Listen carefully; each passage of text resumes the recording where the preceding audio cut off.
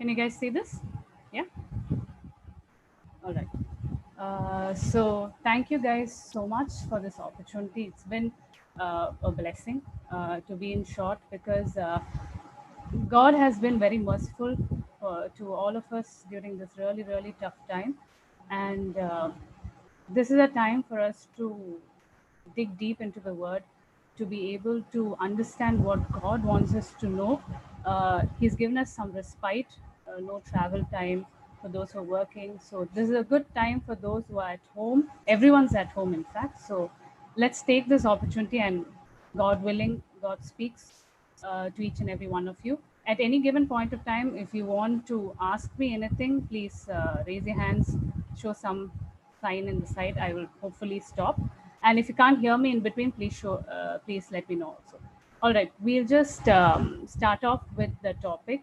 The first topic, or the topic that was given to, I think all of you discussed, and most of you wanted to know about repentance. Now, I want you guys to know this very specifically. Whatever anybody says, be it the action or be it anybody who's the highest to evangelist or anybody who speaks, please be like the Bereans. Cross check with your word, with the Bible. We all can make mistakes. So I include myself into it and say that if anything goes wrong here, please cross check and only listen to the word of God. Okay. Now, the topic today is repentance, our journey towards God. Okay, there is something called basics. Everybody needs to know it. Some of you are quite thorough with it, others are not very sure. So, we'll quickly run through the basics of who we are.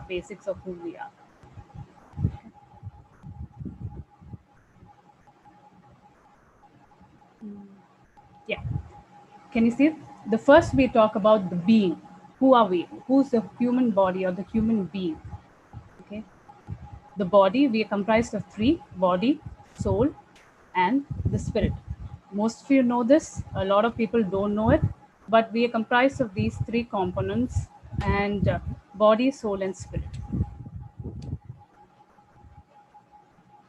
Now, what is the body? What is the soul? What is the spirit? Okay, now we're going to come across few Hebrew words. Don't get annoyed or scared or any of these things.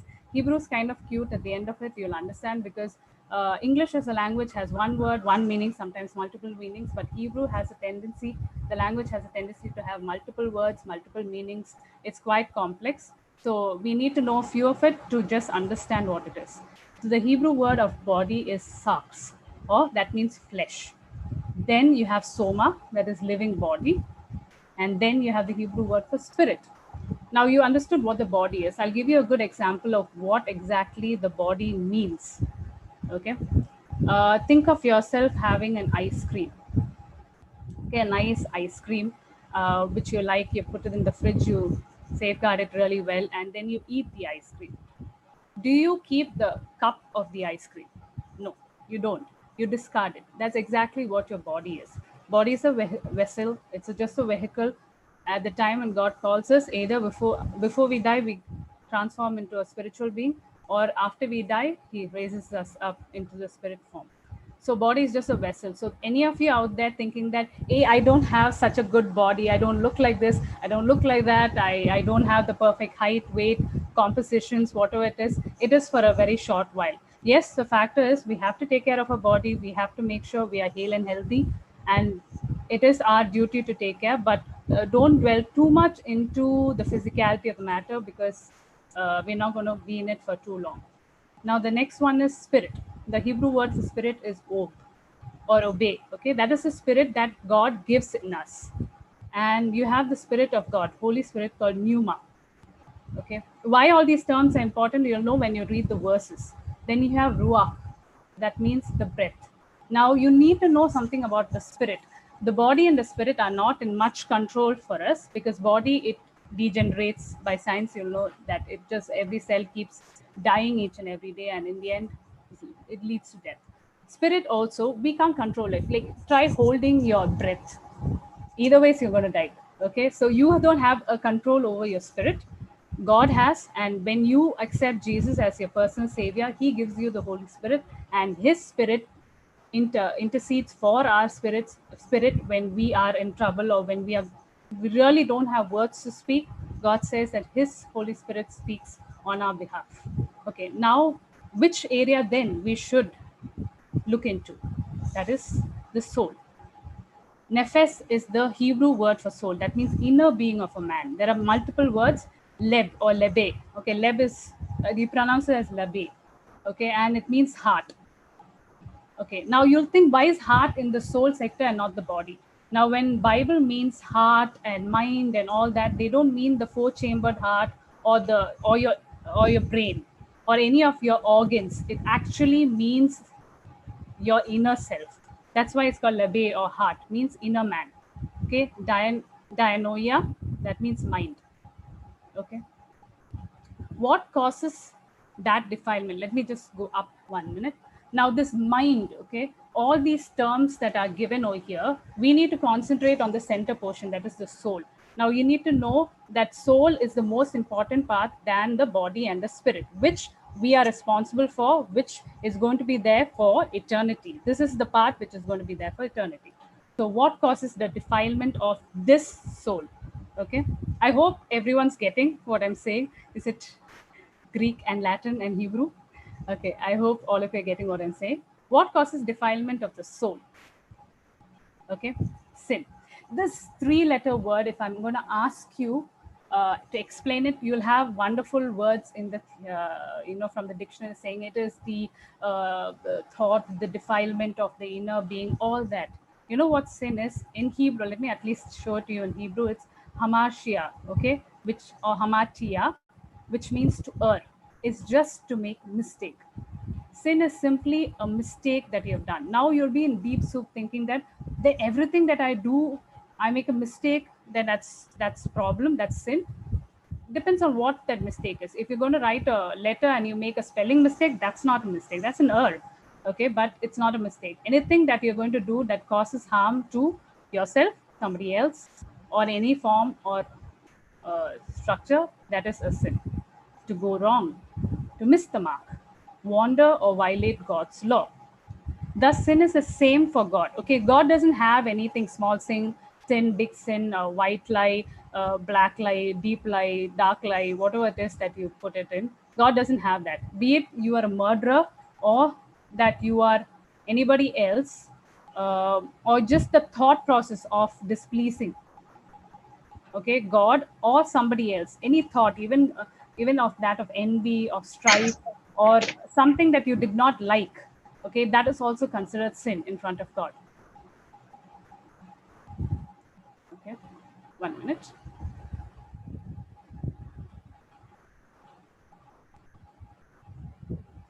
Okay, next is response to sin. Now how do you respond to this sin? Now you're saying like, okay, every aspect is sin.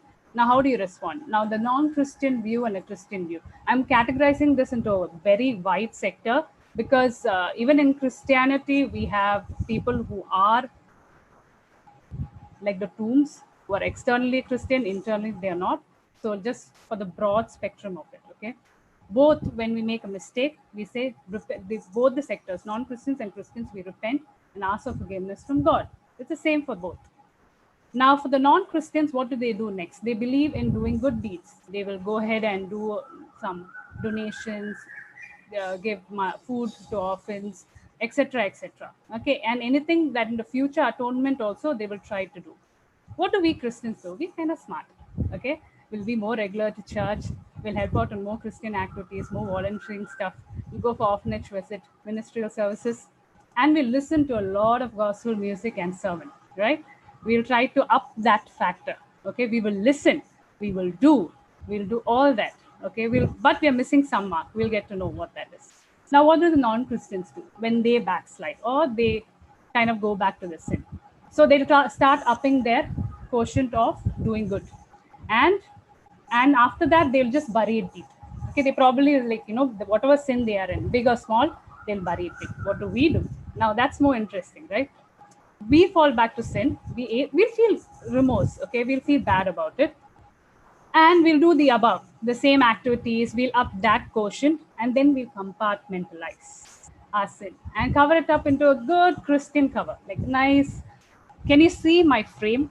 Okay, you can see that a beautiful flower vase is sitting here. When you see this portion of what you're viewing, you will think that the rest of my room looks like this. Quite honestly, it's not.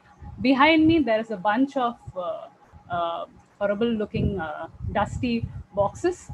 It has a lot of, I'm actually viewing it and I'm telling you, there are a lot of suitcases, a lot of junk plus useful stuff, things that I think that I'll be using, things that I would need. And basically, this room is not what you see. Okay, this is how a Christian life is. We show a good picture, but honestly, what is inside that is what is most important. And that is the inside portion which God wants to come into it. Jesus wants to come into. And what he's going to tell me, Anju, come, I'll help you clean out this mess. So that is what he's trying to do. Let's go to the next slide. Now now you're saying, okay, yes, I understood, I'm erring too much and I need to repent. Okay, how do Christians repent? They generally ask for forgiveness for the improper thoughts, words, deeds, and they'll ask these certain time, or they say these certain statements. I am sorry, God, for the sins I've committed, or I'm sorry, God, that I did this. I hurt my friend.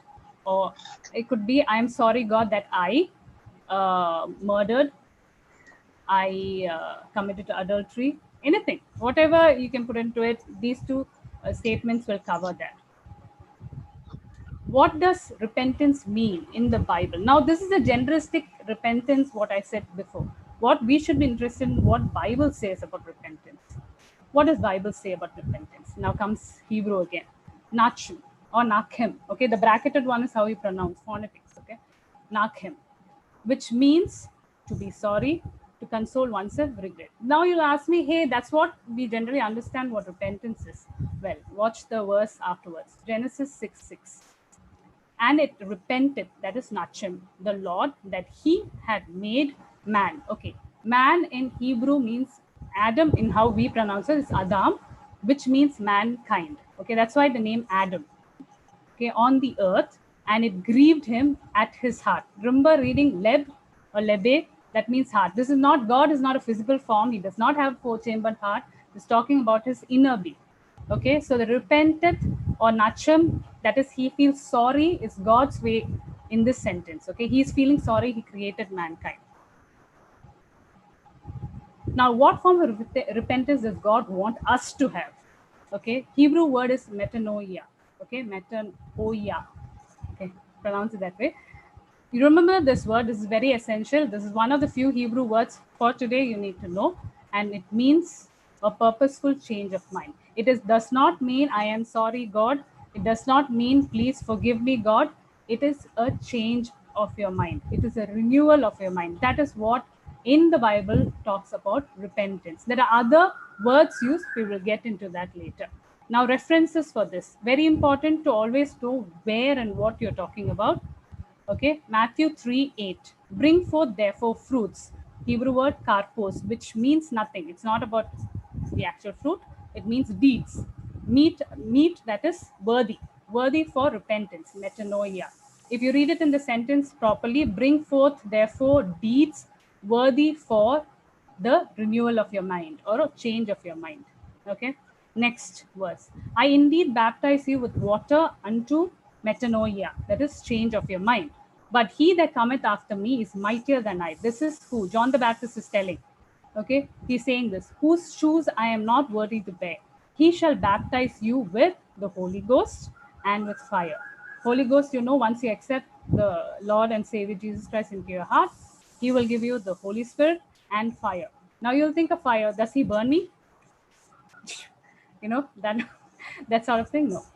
Okay, this is what at least what I could get. Okay, Malachi 3 or Malachi, however you pronounce that, 3, 2 and 3. For he is like a refiner's fire. Okay, it's a supernatural fire. It's Hebrew word is ish. Okay, for all those who are writing this down, I'll share this document with you because there's a lot of verses you might not be able to concentrate. So just follow it. Okay, I'll share this with you anyways later. And he shall sit as a refiner and purifier of silver, and he shall purify the sons of Levi and purge them as gold. What this fire means is God is trying to purify us, purge out that which is not good in us. It's an ongoing process, it has to happen every day. Okay, James 3:6. And the tongue is a fire. Okay, the whole of James chapter 3 talks about the tongue. This small organ in our mouth is the rudder, or the main source of evil, because what is there in your heart, what is there in your mind will come out from your mouth. That's why God says, be very careful with what you speak. So, tongue is a fire. Here, God is trying to refine that organ as well. So when he refines, he says it would be like he will change our conversations into good conversations which come out of godly wisdom. Now, other references of metanoia, I'll quickly go through this. Romans 2:4. Or do you? Okay, this is the portion which is very sweet. Okay, it talks about how God's love and all His kindness and all His deeds towards us is to point us to this particular aspect, that is repentance, metanoia, change of your mind. That is why it says in Romans 2:4. Or do you show contempt to the riches of His kindness, forbearance, and patience, not realizing that God's kindness is intended to lead you to the change of mind. Okay, a purposeful change of mind. Luke 5:32.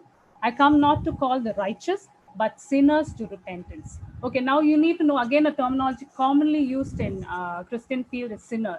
You will think of that guy drenching in all that bad things, but sin is, as you know, it's just and someone sinner, somebody who keeps on making a mistake. That's it.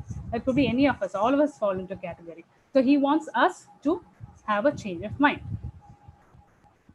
The next Hebrew word, metanoio. The previous one was metanoia, and this is metanoio.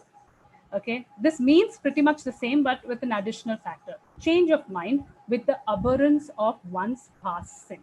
Okay, so he wants us to change our mind, but to hate our prior sinful deeds. Now, references: Acts 26:20.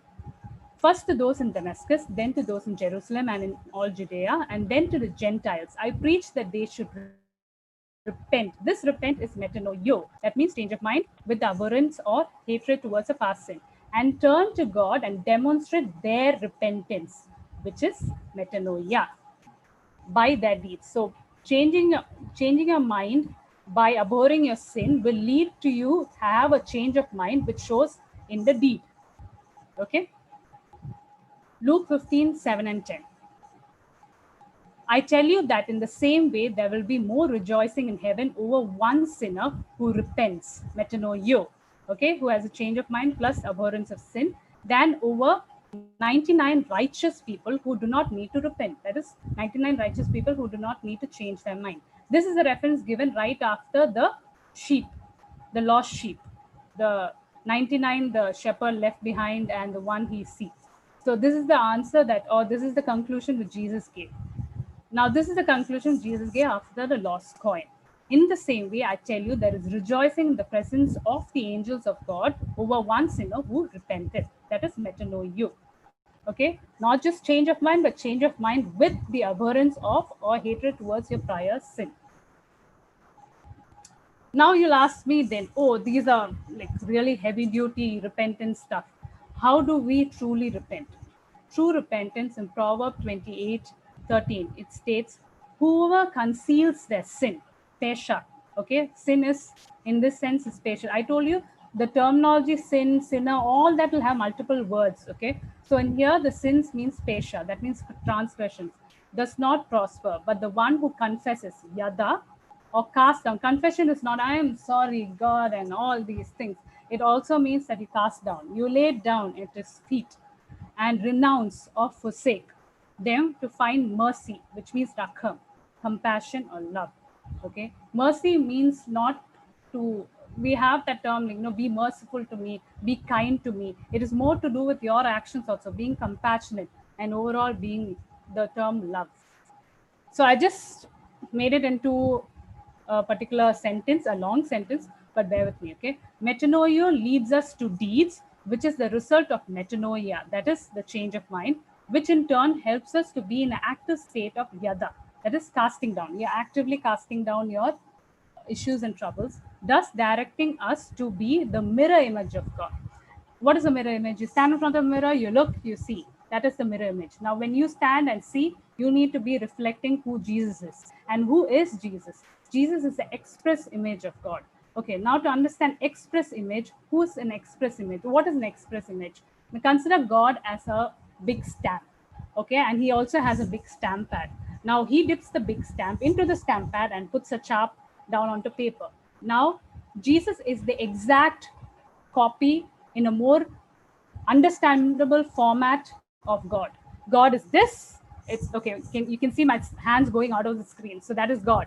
Now God has brought him into a more understandable format. That is Jesus. Okay. Jesus is the whole embodiment of what God is or who God is, but a more understandable format. Now, when the Lord, who was the Lord from the beginning, became Jesus Christ, he not only brought this understanding to us, but also in the physicality. Jesus Christ walked our walk. He knew what it is. That's why when we pray to Jesus because he knows our problems. He has physically been through it. If you're going to say, oh, Jesus may not have had that issue, he didn't have technological problems, those things, you know the core meaning of what he is trying to say. Whatever your problems is will root down to certain common areas, which is either the lust of the eyes, lust of the flesh, or pride of life. Okay, all these Jesus was tempted in, and he succeeded very, very fruitfully. And that's why when God said, you're worthy, you are going to come and sit at the right hand of the Father, that's the reason why. Because Jesus came to the earth, did what he did, went through difficulty, and he didn't want to do certain things. That's why in the Garden of Gethsemane, he was crying, he was pleading, take this cup from me. I don't want to do it. But he said, but your will be done. He was, physically he was troubled, but he wanted to continue in doing God's work. And then what happened? Then you see that he successfully completed his work. Now, next, did I complete this? Okay, he is the express image of God, that is love. Now, you need to know what is love. Okay, love revealed through laws and prophets. Now, this is a very complicated topic. People usually say, what is these laws? What are these topics? And when I say people, that includes me. Okay, when it comes to these kadicha pota, the terminologies and all, I'm like far from it. Okay, but if you actually sit and ask the Lord, reveal unto me in the way I understand it, he will. Okay, laws means namos, instruction given by God. Okay, that's what law is. Okay, instruction given by God. Where is it seen? The first greatest commandment. It is seen there. What does it say?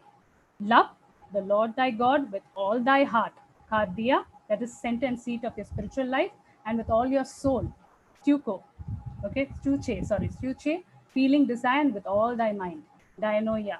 Okay, remember hearing these terms. So heart, soul, mind, these are all not your physical structures, but your inner being. Okay, love the Lord with the entirety of your being. So that is the fulfillment of the law. Okay, now you go to, okay, dianoia means the way of thinking. Okay, the prophets, application of the law. Okay, what did the prophets actually do? They were the ones God used to instruct, bring about, and accomplish his law. In other words, they were doers of the law, not listeners or hearers. Remember what we were doing, but doers of the law. Now, how do you do it? Second greatest commandment: thou shalt love thy neighbor. Plesian. Okay, that's the Hebrew word, which means any other person other than you who you come to encounter, be it your family members, be it your immediate neighbors, be it your far off friend, be it anybody other than yourself whom you have an interaction with, they are your neighbor. And what did God say about it? Did he say give money to them, give expense? No, what do you say? Cook for them? That's not what he's saying. He's saying love them. Okay, it's not as easy as it seems. That's why God gave the commandments. Not easy. We can't do it on our own. We need the Lord Savior Jesus Christ in our life to renew ourselves regularly to be able to show that sort of love. Now, on these two commandments hang all the laws and the prophets. That is, these two commandments are all that you need to focus on to fulfill what God says as law and prophet. Now, next you need to know what. Okay, now what hinders us from this love? Okay, the love which God expects us to show. Well, my friends, that's the corrupt world. The world is one which is stopping us from experiencing and also sharing the love that God wants us to have. What are the corrupt world showing us? Excess money, highest positions, greatest education, newest gadgets and rides, heightened sexual portrayal. You understand that's happening quite often here in this world. Gluttony, debauchery, addiction, envy, strife, lawlessness. Okay. We just go around and saying, this is your fault, this is your fault, the government hasn't done this, you haven't done this, all this will be resolved if each of us purposefully show love. When you show love to somebody else, you tend to keep away a lot of strife. That's why God says love covers a multitude of sin. The whole of Corinthians, I think Second Corinthians, I'm not sure, 13, it says that the whole love is this. Okay, so that's why he emphasizes on love, which is not, again I'm saying, it's not an easy thing to follow. You need him. You cannot do it because human beings are very carnal. We want to be the best, we strive to be the best. It doesn't mean that as being a Christian you can't do your best, but if that supersedes what God wants, if that is keeping God away. Okay, let me put a better example. If you are a musician or you are a painter or you are a mathematician, if that which you do, even if you're a musician and a singer and a painter who's doing Christian activity for the church, for the missionary work, if that is superseding your personal connect with God, if you're more to be like a busybody than you're actually connecting to God, I think you need to put a snooze button for some time at least, and get back to God and sit there and ask Lord, what do you want me to do? Okay, just don't get involved into the gifts that God gives and then forget about the source from which you got it. Okay, the gray area syndrome, I am sure you all have heard about this. I mean, not as a term gray area syndrome, but gray area. Okay, with whatever I could master, this is what the picture looks like. Okay, so you have the white, black, and the gray. What does the white area go? Those who follow the laws and the prophets. Now you understand laws and prophets, the two commandments. Okay, at least those. So they are in the white zone. They're trying their best. They're doing what they renewing their mind. They're doing the right things. Then you have the black area people, those who are continuously not bothered. Okay, now this very nice area called the gray area. That's where we are. Okay, most of us are. If you are in the white, good for you, but most of us are there in the gray area. We have built our churches there, our houses there, our supermarkets there, even our offices there. Okay, all this is there in the gray area. And where's the gray area? It's on the sand dune. Where is the white area? It's on the solid rock. What did God say? What did Jesus say? Those who build the house upon the rock, that will stand. Those who build the house upon the sand, what will happen? When Jesus comes and he looks and he calls for his people, the sand dune will go and you will be leveled to the same ground as that of those who didn't believe. You will go to him and say, remember the verse that says, Lord, Lord, I've chased demons, I've done this, I've done that. God will just look at Jesus, just look at you and say, I don't know you. I really don't know you. Okay, this is a very scary place to be. Okay, this is a place that we comfortably seated right now. Most of us are. You think you are Christian, you feel you are Christian, you assume you're Christian. People, your friends, think that they're seeing goodness in you, but truly God is the one who searches and knows our heart. And that's why he keeps saying, keep renewing yourself, keep changing your mind, keep doing the metanoia. Okay, now what happens if you'll ask, what will happen if I backslide? God is very forgiving. He keeps forgiving us. We'll keep going back and forth, and in our minds we'll keep going back and forth, but in our words we'll say, no, we shouldn't. But what's the consequence of backsliding? Hebrews 6:6. And who have fallen away, to be brought back to repentance, that is metanoia, to their loss, they are crucifying the Son of God all over again and subjecting him to public disgrace. This is what we're doing.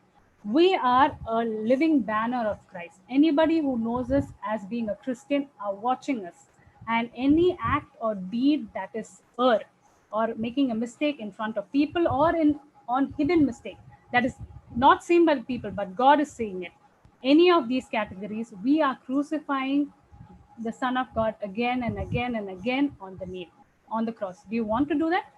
No one wants to do that, but we are subconsciously doing that very same thing. Now, what will happen for those who rebel?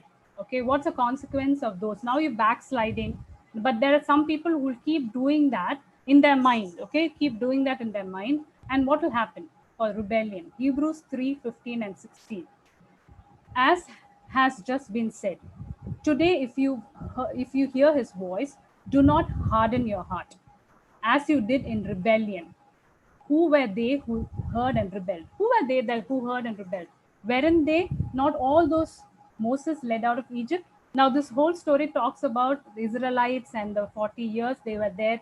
Now, you'll think, okay, Israelites may be so, are they dumb, or are they like, totally no brainer, because they have been witnessing God's manna, God's fire in front, and the cloud of, pillar at the back and front, and all these things they are witnessing day in and day out of all the miracles that God is doing for them for 40 years. How can they rebel? You just put yourself there, how many ever years that you are there, okay, on this earth right now, 20s, your 10s, 15s, 20s, 30s, 40s, so how many ever years, and count it back to the year in which you have known the Lord. Okay, for me it was when I was 18, 17 or 18. I truly knew that, oh, someone's listening to what I'm thinking, and I'm my thought process. So counting from that time to what age I am in, so many years I know him, but am I really following his word? So am I not as the Israelites were? So what did God do to those Israelites? Consequences of rebellion. Hebrews 3:9 to 11.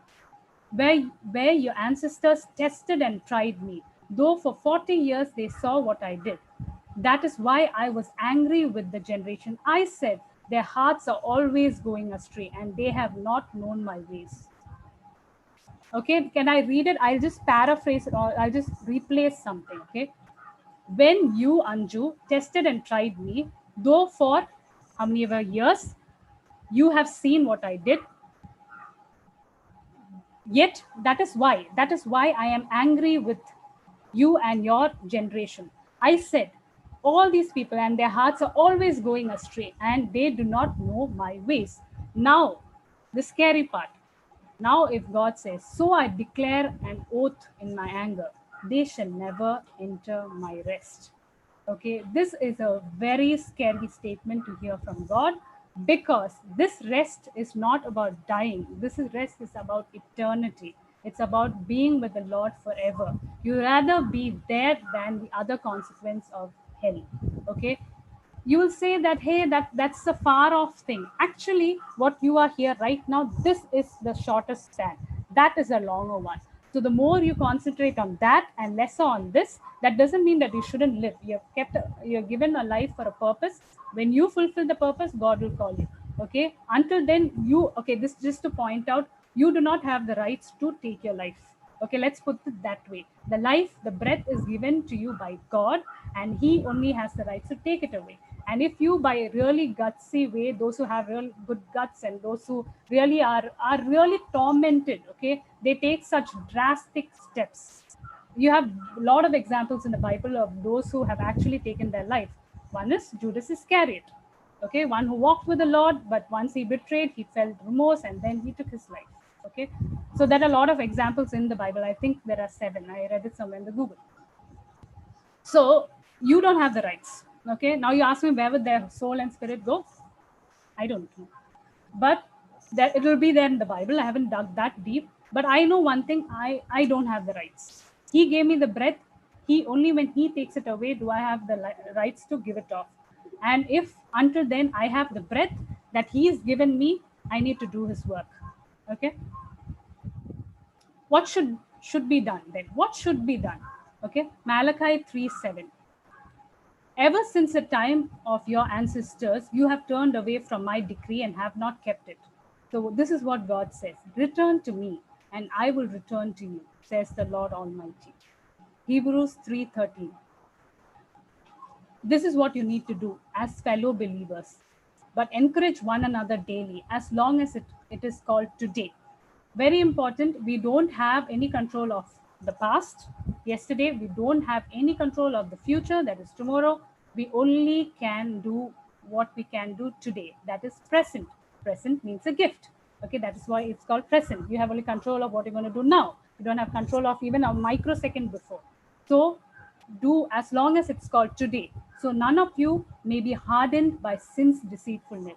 You need to know that the hardening of the heart happens through your constant dipping in sin. Okay, Malayalam there is this statement.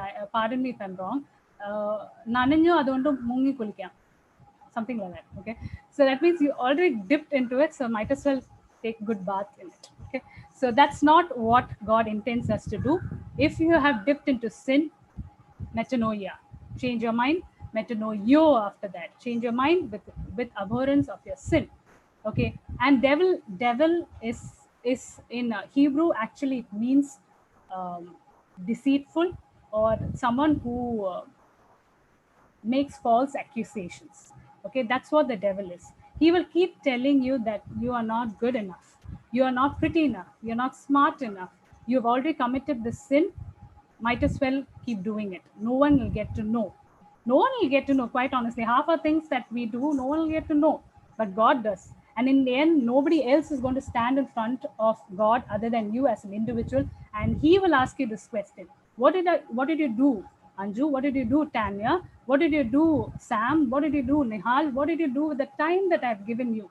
Did you do something that was useful for my kingdom, or did you while it away? Or did you go in pursuit of things that made you happy for the body? Okay, for the socks that I've given you. Did you spend all your life trying to satisfy that need?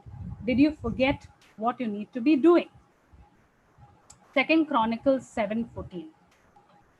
Listen to this very carefully. This is probably one of the answers to the current problems that we have. I am not claiming anything. This is something, when I read it, I felt this speaks volumes, okay, for the current state. So be the Bereans, cross check. If my people who are called by my name will humble themselves and pray and seek my face and turn from their wicked ways. Okay?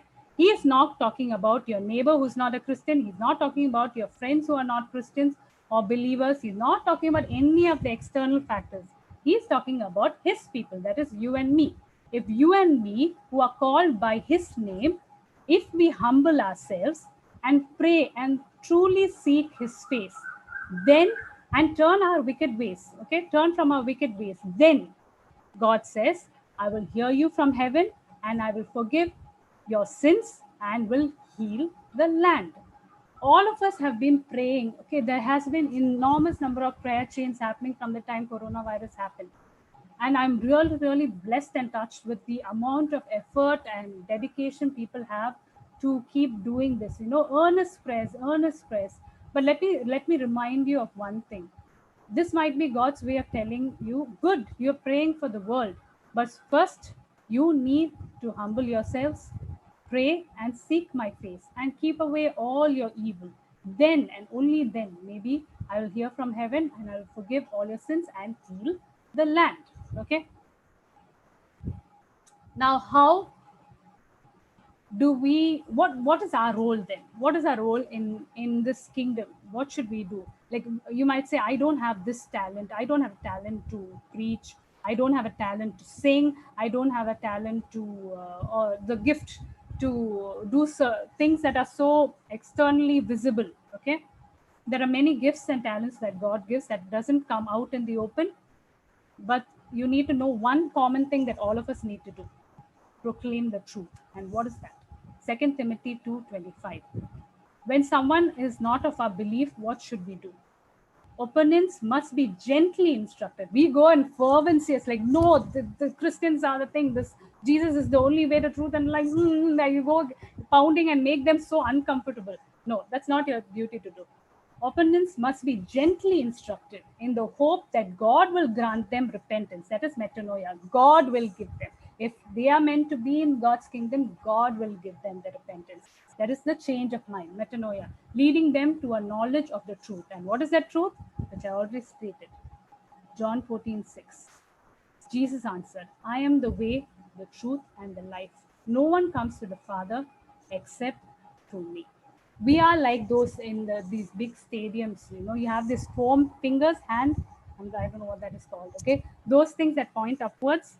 We are supposed to be those markers, those that point upward. If anyone looks at me, he or she should look upward and thank Lord for what He has done. Okay, we are just a vessel, we are just the pointers that needs to point to the Lord, and our repentance, our metanoia, our deeds, our actions, everything has to be in accordance to His will. We have to keep changing the mind, refining ourselves through His fire. He will refine us. He will, with His Holy Spirit, we need to ask the Lord to help us to spend time with the Word. Okay, there are two categories of people. I am done with the slide, sir, by the way. That's the end of the slide. Okay.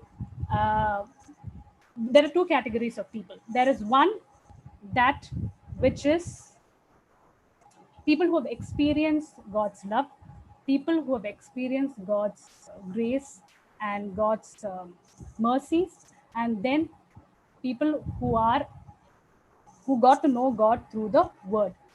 Now, I belong to the category who understood the love of God from very early age. But my duty now is to dig deep into the Word, because I need to balance out what love I know to that of the Word of God. I need to study the Word of God thoroughly so that I will match these two. Those who know the Word of God have been studying diligently. Ask the Lord to make you feel His unimaginable love. You might have felt it, but to give you the thorough feeling of it, so that you will be able to merge that feeling to the Word of God, and then you will be able to understand. Okay, this is my sincere request. After this session gets over, please go and eat. After you eat, go and take some time off. It's a nice weather outside. Go to some room, close the door, or sit in your balcony. Just be a little bit undisturbed. Take your Bible, sit in a quiet place and ask the Lord, Lord, I am your servant, I am your handmaid. Let me know what you want.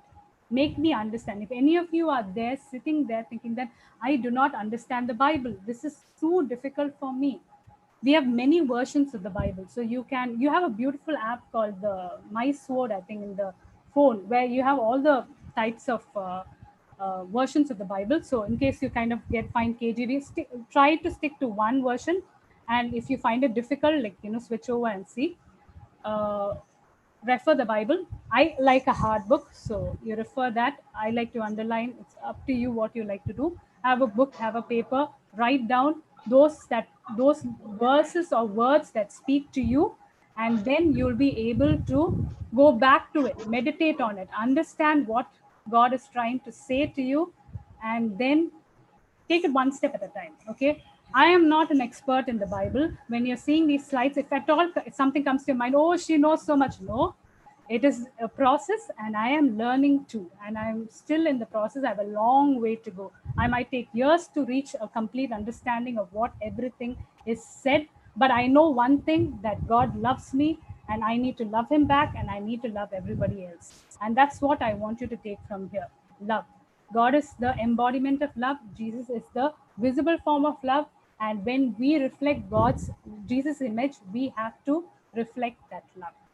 All right, guys, I'm done. Who's taking over after this?